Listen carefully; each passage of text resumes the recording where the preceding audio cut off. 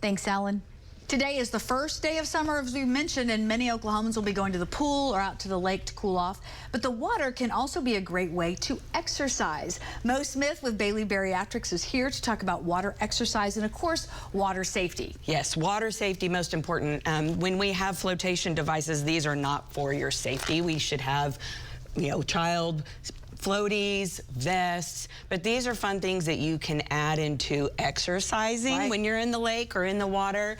And so if you want to put this around your waist, you can tread water, and then you can kind of relax, rest, recover, and then tread water again if you want, or make little spin circles. That's really fun for the waist, is doing kind of like a hula hoop. Okay, good. So these are one thing. Good old-fashioned noodles. So this is 99 cents at your local store.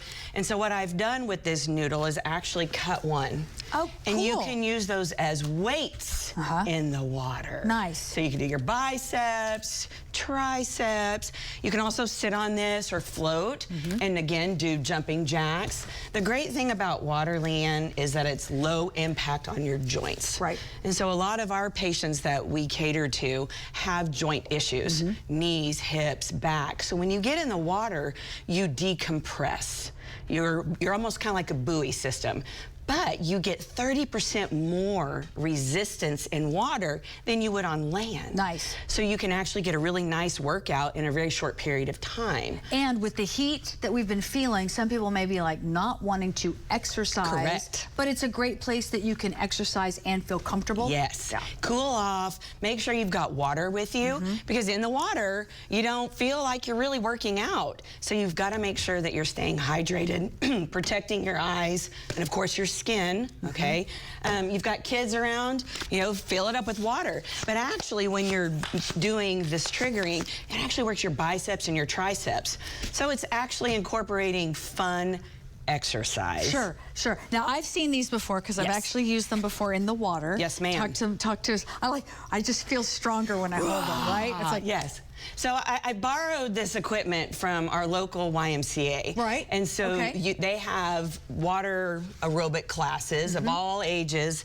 And they use this for more resistance. If we can't afford to buy these, these are probably about $15, $20.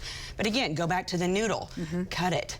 But if you want to go to, an indoor pool, the Y is a good location to go, honestly. And there's a couple of other locations that are outdoor. But if you want to go to the lake even, you could still use these in the water, and you're still buoyant, and you're going to get a lot of exercise out of it. What's the time on these? Like, how long should you be doing repetition and that So when you're doing, maybe a water aerobics class, it's typically like a 3 set of 8 repetitions. If you wish, you can go something on your own, set your timer on your watch, do 30-second intervals. And then pause, rest, and recover. It's kind of like almost a Tabata training or HIIT training. So you do 30 seconds active, 10 seconds recovery. Right back to it. Right back to it. And change up the movements. Again, with these, you're doing a lot more resistance in the water than you could ever think of, imagine. And let's just talk about plain old swimming. I mean, it is one of the best ways to... So when you're swimming, you're actually going almost kind of like a torpedo. And so your own body weight is going against that current, that resistance. And so you're actually leaning those muscle groups. And it doesn't take very long to get winded. I don't know if you've ever tried doing laps. I have. Oh my gosh. And then you got to spin and kick the wall and try to go back the other direction. It can wear you out, and you have to build to that. My go-to is 10 minutes. Just start with 10 minutes, baby steps. Get those increments in. Or dog paddle. Or I did bring my fun little kickboard. Okay. Oh, and that's great. So you can use this to get started to learn how to swim and still stay kind of afloat, but not a safety device. Not a safety device, but this is to help get to where you need to be in the pool or in the lake. But this is a wonderful, wonderful tool. Also, if you want to use it as resistance in the water. Helping with those muscles in your arms. I love it. Absolutely. Beach balls are just for throwing and playing. They are not for using as a flotation device. No flotation device. This is just to play volleyball, basketball, hitting it to your friends.